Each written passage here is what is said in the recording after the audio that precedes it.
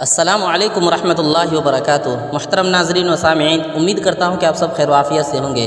ناظرین، all India Muslim personal law board کی جانب سے گستاخان رسول نوپور شرما اور جندل کے متعلق بہت بڑی خبر آ رہی ہے، پیش خدمت ہے۔ گزشتہ دنوں ملک کی برسر اقتدار پارٹی کے بعض کارکنوں نے پیغمبر اسلام جناب محمد الرسول اللہ صلی اللہ علیہ وسلم کی شان میں جو گستاخانہ کلمات کہے، اس نے ملک کے تمام مسلمانوں کو سخت تکلیف پہنچائی اور عالمی سطح پر بھی اس کی وجہ سے ملک کے وقار کو نقصان پہنچا۔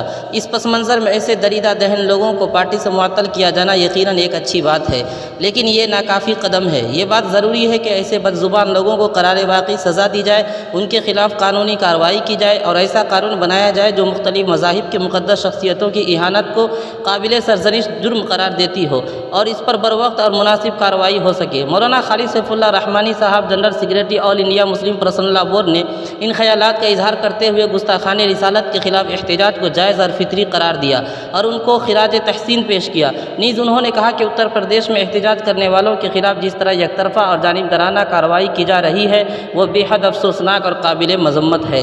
ناظرین، مجھے امید ہے کہ آج کی یہ خبر آپ کو اچھی لگی ہوگی۔ اگر اچھی لگی ہے اور آپ ہمارے چینل پر نئے ہیں تو آپ ہمارے چینل کو سبسکرائب کر لیجئے تاکہ ہماری ساری ویڈیوز کی نوٹیفیکیشن آپ تک پہنچتی رہے۔ شکریہ، جزاک اللہ۔